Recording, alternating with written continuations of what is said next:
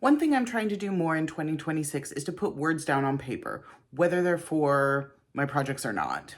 Well, the hope is that writing casually throughout the day will make it easier when I do sit down to write my projects, but I think these things are valuable on their own. My name is Has Katie. I use he, him pronouns, and this is my YouTube channel. Pen and paper, typing on a computer, writing on a typewriter, I don't care. I just want to get words out. And here are 7 ways I've come up with to get more casual writing back into my life. Number 1, letters and postcards. I recently moved halfway across the country, and one of the ways I've been staying in touch with some of my friends is to write them letters. I think most people really enjoy finding fun mail in their mailbox. This is not a bill. It's not even an explanation of benefits. It's just a letter from a friend. But it doesn't have to be just your friends and family that you're writing to. Writing your representatives shows that you took time to write something on physical paper and that it matters to you. Postcards to voters is a way to get involved sending postcards to Democratic voters in areas where elections are coming up and urging those voters to vote. And then there's post crossing, which a lot of my friends and family use to have kind of a pen pal kind of situation where you write letters to strangers. Number 2, journaling. Okay, we had to get this one out of the way early. You know what journaling is. But there are lots of different ways and different systems of journaling, and there are tons of videos and resources out there that have specifics about how to make things work for you. Something will probably strike your fancy in there. I actually struggle a lot with journal writing, but I have been having success putting Focus Friend on for 5 minutes and just writing whatever comes into my brain. It can be what I'm thinking about, what I want to do that day. Sometimes it's broader, longer term thoughts.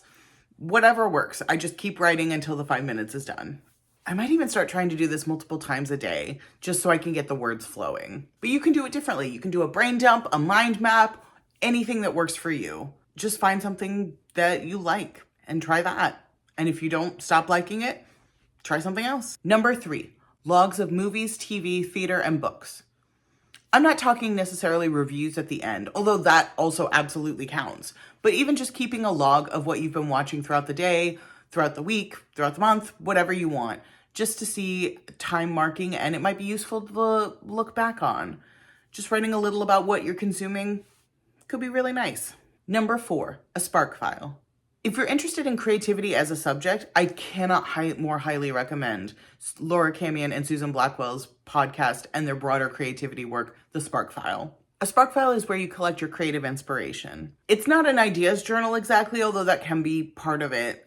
It's more when someone says something interesting you want to write down, put it in your spark file. When you find a quote that's really inspirational to you, put it in your spark file. Affirmations, ideas for ideas, a word you love. My spark file includes things like Tumblr posts about writing that I love, the idea that toys that we loved as children tell us about who we are as adults, men in fishnets. Write down what's inspiring you and put it in a spark file. Number 5, lists of 100. Storyteller Laura Packer is where I learned about this one from one of her newsletters. She didn't invent the idea, but that's where I found it. Pick a topic and list 100 things on that topic. It can be 100 ice cream flavors, 100 short play ideas, 100 picture books you love, anything you want. They say that repeats count, although I try not to do repeats, but the important thing is to do it all in one sitting. Just go until you've hit 100. This isn't probably best for a daily practice, but it can be used weekly or monthly to get you to think creatively and outside the box. Number 6, a dream diary. Pretty self-explanatory here. You just write down what your dreams are. This is one that I don't do at all, and I don't know, maybe I should try. I don't usually remember my dreams, but my friends who do have dream journals have found that just the act of trying to write down their dreams makes them remember them more.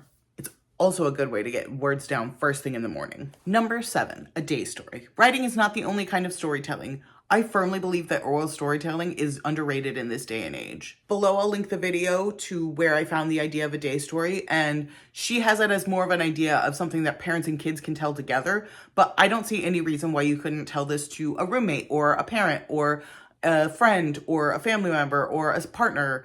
Anything you've got, whether it be on the phone or in person. The idea is that you tell the story of your day in third person. You can focus on the things that brought you joy and were good in the day, but you can also leave room for other feelings that you might be having about your day. It doesn't have to be particularly interesting or exciting. Some days are just kind of boring. It may feel silly at first, but it gives you a great way to contextualize your day and give you practice telling an oral story. Those are my tips for sprinkling writing into your everyday routine so that you can get more words out of your body and onto the page. Let me know if you have any other ideas in the comments, and I'll see you next time. Bye.